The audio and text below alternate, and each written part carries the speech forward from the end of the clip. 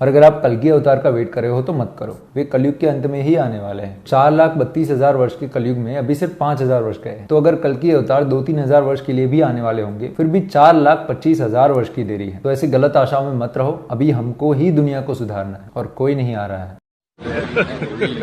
Hey, y'all, come look at this. कि कुछ लोग कागज क्यों नहीं दिखाना चाहते हैं, इसलिए नहीं दिखाना चाहते। एक फिल्म आई थी अमर अकबर एंथोनी। अमर और अकबर एंथोनी तो भाई भाई थे, लेकिन जब कुंडली तलाशी गई तो तीनों कबाब किशन लाल ही निकला। भगवान की नजर में हर व्यक्ति में कुछ खास है, लेकिन एक व्यक्ति की नजर में किसी और में ही कुछ खास है। नजरिया बदलो दोस्त। अगले 1 महीने के अंदर दिल्ली में हम 44 ऑक्सीजन के प्लांट्स लगाने जा रहे हैं। 44 64 छोटे छोटे ऑक्सीजन के प्लांट्स लगाए जा रहे हैं, वो ऑलरेडी लग रहे हैं। और हमें उम्मीद है कि अगले कुछ हफ्तों के अंदर, 1-2 महीने के अंदर ये 64 ऑक्सीजन प्लांट्स लग के तैयार हो जाएंगे। अरे मिस्त्री, तरीके से तैयार करियो इसमें, मेरा पोते ने रहना इस मकान में। ठेकेदार, तरीके से बनाइए इसने, मेरे पोते ने रहना इस मकान में। साहू, ये मकान बनाने लग रहा है? हाँ। बड़ा मजबूत बना रहा है? हाँ। लेकिन यो हिंदुस्तान में रहेगा ना रहेगा? क्यों? क्यों? अरे जिस हिसाब से आबादी बढ़ रही है, तुम्हें लगा यो रहेगा हिंदुस्तान? जल्दी हो पाकिस्तान बन जाएगा। साहू, अगर देश को बचाना है तो ये पकड़, हम दो हमारे दो तो सबके दो।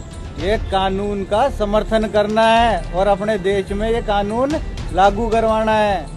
हिंदू जब जब घटा तब तब कटा, और हिंदू जहां जहां कटा, हिंदुस्तान वहां वहां मिटा।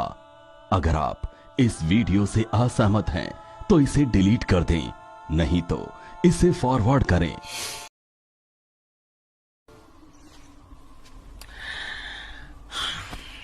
काका, ये धारा 370 क्या है? धारा 370 क्या है, ये जानने के लिए 42 साल पीछे जाना होगा बेटा। अंग्रेजों ने 2 नेशन थियरी के तहत हिंदुस्तान के 2 टुकड़े कर दिए, एक हिंदुस्तान और पाकिस्तान। पाकिस्तान की बहुत इच्छा थी कि जम्मू कश्मीर का विलीनीकरण पाकिस्तान में हो जाए, और राजा हरि सिंह चाहते थे कि कश्मीर एक स्वतंत्र देश रहे। वो न हिंदुस्तान में विलीन होना चाहते थे न पाकिस्तान में। और तब पाकिस्तान ने खूनी खेल खेला। अक्टूबर 1947 में पठानी कबायलियों को जम्मू कश्मीर के खिलाफ उकसाया, कश्मीरी पंडितों का कत्लेआम करवाया। ऐसे हालात देखकर राजा हरि सिंह ने घबराकर नेहरू जी से कहा, कृपा करके आप कश्मीर को बचा लीजिए। मैं ऐसे हालात में चाहता हूं कि कश्मीर का विलीनीकरण भारत में ही हो जाए, सेना भेजिए। लेकिन जब तक भारतीय सेना कश्मीर पहुंची, बहुत देर हो चुकी थी। न जाने कितने कश्मीरी पंडितों का कत्लेआम हो चुका था। कश्मीर का 1/3 हिस्सा पठानी कबायलियों ने अपने कब्जे में कर लिया था। लेकिन अपनी इस नीच हरकत के बाद भी पाकिस्तान बाज नहीं आया। पठानी कबायलियों और भारतीय सेना के बीच युद्ध जारी रखा पाकिस्तान ने। संयुक्त राष्ट्र सुरक्षा परिषद के 3 सदस्य आयोग की रिपोर्ट पर 13 अगस्त 1948 को पठानी कबायलियों और भारतीय सेना के बीच युद्ध विराम घोषित हुआ, और ये तय किया गया कि कश्मीर समस्या का हल जनमत के आधार पर ही होगा। सितंबर 1951 में मताधिकार के बाद एक बार फिर जम्मू कश्मीर के भारत में विलय की पुष्टि की गई, मगर इसी दौरान शेख अब्दुल्ला ने अपने हाथों से धारा 370 का ड्राफ्ट तैयार किया और नेहरू जी को सौंपा। सरदार पटेल और आम्बेडकर साहब की मर्जी के खिलाफ 1952 में नेहरू जी ने इसे लागू भी कर दिया। इसी धारा 370 की वजह से नेहरू जी ने कश्मीर को एक ऐसा विशेष दर्जा दे दिया जिसमें जम्मू कश्मीर राज्य ने हिंदुस्तान से अपना एक अलग संविधान स्थापित कर लिया। इसी धारा 370 की वजह से हमारे हिंदुस्तान का राष्ट्र ध्वज अलग है और कश्मीर का भी ध्वज अलग।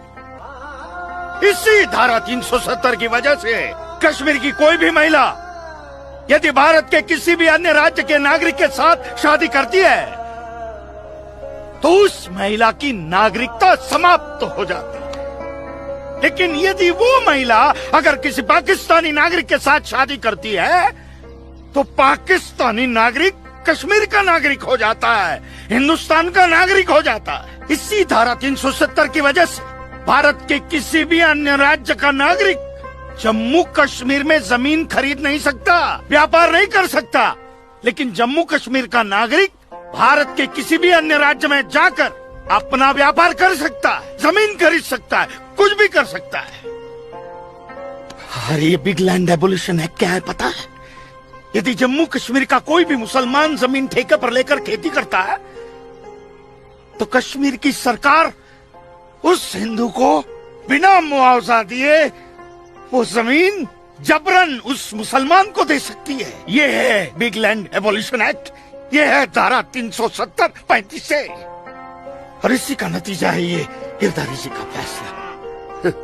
और सिर्फ यही नहीं, ये जो सरकार की ऋण निरस्तीकरण योजना है ना, इसके अंतर्गत उन सारे मुसलमानों का कर्जा माफ कर दिया जाएगा जो उन्होंने हिंदुओं से लिया। बताइए, क्या वाकई हजारों साल पहले मंदिर इसी वजह से बनाए गए थे? आखिर मंदिर बनाने की वजह क्या रही होगी? हमें क्यों आवश्यकता पड़ी होगी मंदिरों की? क्यों हमारे इतिहास में ऐसे ऐसे मंदिर बनाए गए जिन्हें बनाने में दशकों लग गए थे? दोस्तों, डिवाइन पावर को और इंटेंसिफाई रूप में पाने के लिए मंदिर बनाया गया। इसे यूं समझिए, जिस तरह साउंड वेव्स को कैच करने के लिए सेलफोन चाहिए, ठीक उसी तरह डिवाइन पावर को उसकी नेचुरल इंटेंसिटी में कैच करने के लिए चाहिए एक पावरफुल टूल, जो है मंदिर। एक तरह से यूं समझिए, कॉस्मिक कनेक्शन के लिए बनाए गए पावरफुल टूल है मंदिर। ये एक पॉसिबिलिटी है उस डायमेंशन को छूने की जिससे हम इंसान बने, ये संसार बना, ये ब्रह्मांड बना।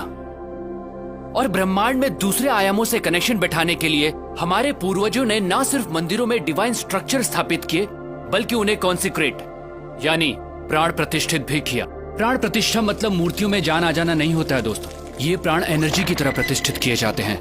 जी हाँ, मूर्तियों को एनर्जाइज किया जाता है और जब हम उन मूर्तियों के सामने बैठते हैं तो हमें वो एनर्जी महसूस होती है, हमें परेशानी का हल मिलता है, हमारा दुख दूर होता है और हम खुद को भगवान से जोड़ते हैं। ये सिर्फ उन डिवाइन एनर्जीज की वजह से होता है दोस्तों। ये एनर्जी आपका सिस्टम जब कैच करता है तो आपकी एनर्जी बॉडी अलाइंड होती है और आप पॉजिटिव फील करते हैं। जैसे हमें अलग अलग लोगों से पॉजिटिव और नेगेटिव वाइब्स मिलती हैं। देखिए दोस्तों, एनर्जी जो है वो आपके थॉट प्रोसेस से ड्राइव होती है और सामने वाला वही महसूस करता है। ठीक उसी तरह जब हम प्राचीन मंदिरों में जाते हैं तो हमें वहाँ की पॉजिटिव वाइब्स महसूस होती है। अगर आप अपनी एनर्जी के प्रति सेंसिटिव होंगे तो आप ये जरूर महसूस कर पाएंगे। कई मंदिरों की एनर्जी ऐसी होती है कि आप अपने आंसू नहीं रोक पाते, आप इमोशनल हो जाते हैं। हो सकता है आप गिल्ट महसूस करें उस काम के लिए जो आपको गलत लगता है। ऐसी जगह आपको मेल्ट करती हैं, आपको लाइट करती हैं, आपको हल्कापन महसूस कराती हैं। दोस्तों, प्राचीन मंदिर ऐसे एनर्जी सेंटर्स थे जो इंसान की डीप ट्रांसफॉर्मेशन के लिए बनाए गए थे। तभी तो मंदिरों में जाने से पहले नहाया जाता था ताकि आपकी बॉडी उस एनर्जी के लिए और रिसेप्टिव बने। मंदिर कॉस्मोस के साथ अपना कनेक्शन बैठाने की जगह के तौर पर बने थे, जहां आंख बंद करके ब्रह्मांड के आयामों से जुड़ा जाता था। तभी तो आज भी जब हम मंदिर जाते हैं तो कुछ देर आंख बंद करके जरूर बैठते हैं। आप इस दुनिया में कब आए, कब जाएंगे, क्या खाते हैं, क्या कमाते हैं, इससे कोई फर्क नहीं पड़ता। आपको जीवन में कभी ना कभी सोर्स ऑफ क्रिएशन से जुड़ने की जरूरत जरूर महसूस होगी। आप उस एनर्जी को महसूस करना चाहेंगे जिससे आप बने। मंदिर उस मार्ग का द्वार है। हम ये नहीं कहते कि सिर्फ मंदिर जाकर ये संभव है दोस्तों। अगर आपके घर में मंदिर जैसा एनवायरनमेंट है, कॉन्सिक्रेटेड मूर्ति है, तो आप कॉस्मोस के साथ अपने कनेक्शन को और स्ट्रॉन्ग कर सकते हैं। हमें जितना हो सके इस एनर्जी के पास रहना चाहिए, प्राण प्रतिष्ठित स्थानों पर जाना चाहिए। खासकर 14 साल से कम उम्र वाले बच्चे अगर कॉन्सिक्रेटेड स्पेसेस पर रेगुलरली जाते हैं तो उनकी एडोलेसेंस प्रॉब्लम्स बहुत हद तक अपने आप रिजॉल्व हो जाती हैं। दोस्तों, मंदिर या कहिए कॉन्सिक्रेटेड स्पेसेस उस डायमेंशन से जुड़ने का द्वार है जहां से हमारी उत्पत्ति हुई है। ये एक तरह की टेक्नोलॉजी है जिससे हमारा एनर्जी सिस्टम ऐसे अलाइंड होता है कि हमारा जीवन को देखने का नजरिया ही बदल जाता है। तो अगली बार जब भी किसी मंदिर में जाएं तो वहां की प्राण प्रतिष्ठित मूर्ति और उस कॉन्सिक्रेटेड स्पेस की एनर्जी को अपनी एनर्जी सिस्टम से एक होता जरूर महसूस कीजिएगा। दोस्तों, सनातन धर्म सिर्फ धर्म नहीं है, ये एक सोच है, ये एक साइंस है जिसे हजारों साल पहले इवॉल्व किया गया था, जो इंसान को अपग्रेड करती है और आज भी ये उतनी ही एप्लीकेबल है। दोस्तों, इस मॉडर्न युग में हम बाहरी तौर पर बहुत बदल चुके हैं, लेकिन हमारे अंदर इंसान अब भी वही है और आज भी सनातन प्रैक्टिसेस और साइंस हमें अपग्रेड करने के लिए उतनी ही एप्लीकेबल हैं। सनातन सोच के माध्यम से मैं ऐसी ही चीजें, ऐसी ही साइंस आप तक पहुंचाता रहूंगा। दोस्तों, अगर आपके दिमाग में भी ऐसी ही कुछ प्रैक्टिसेस हैं, साइंस हैं, तो आप मुझसे जरूर शेयर कीजिएगा, क्योंकि हमें लगता है इस वक्त वर्तमान में सनातन सोच की आवश्यकता है, क्योंकि यही हमारा भूत है और यही हमारा भविष्य। प्रणाम। भारत देश के अंदर हिंदू धर्म, जो हमारा सनातन धर्म है, उसका मजाक उड़ाना बड़ा आसान है। उसके क्या कारण है? तो सबसे पहला कारण है वो ये है कि भारत के अंदर सनातन धर्म की जो शिक्षा है, उसकी एजुकेशन है, वो सिस्टमैटिकली प्रेजेंट कहीं पर भी नहीं की जा रही। आज ये टिपिकल व्यक्ति जो कि भारतवर्ष में जन्म लेता है, वो हिंदू क्यों है? क्योंकि ना उसने हिंदू परिवार में जन्म लिया बस। लेकिन अगर उससे पूछा जाए, अच्छा गीता के अंदर कितने श्लोक हैं? नहीं पता। अच्छा कितने अध्याय हैं? नहीं पता। वेदों के नाम बताओ? नहीं पता। कोई 3 उपनिषद का नाम बताओ? नहीं पता। अच्छा टॉप मोस्ट स्क्रिप्चर कौन सा है सनातन धर्म का? श्रीमद् भागवतम? नहीं पता। सो आज सिस्टमैटिक एजुकेशन की कमी की वजह से आज भारतीय लोग, क्योंकि उनको पता ही नहीं उनका कितना गौरवशाली धर्म है, कितना गौरवशाली उनकी संस्कृति है, इसीलिए कोई भी आता है उनको उल्लू बना देता है।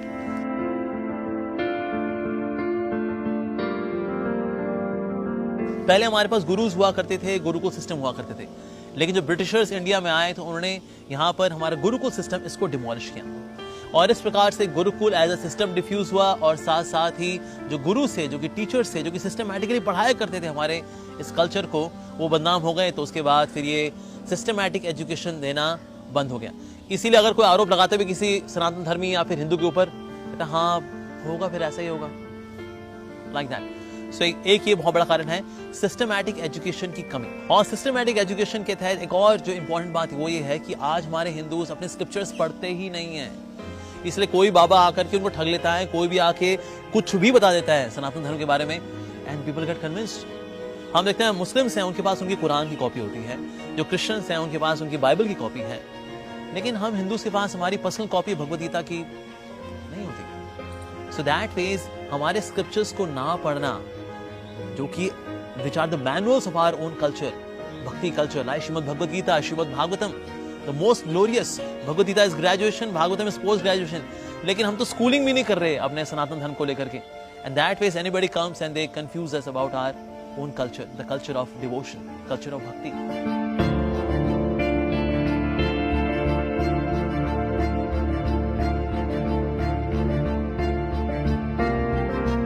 दूसरा बहुत बड़ा कारण है मीडिया।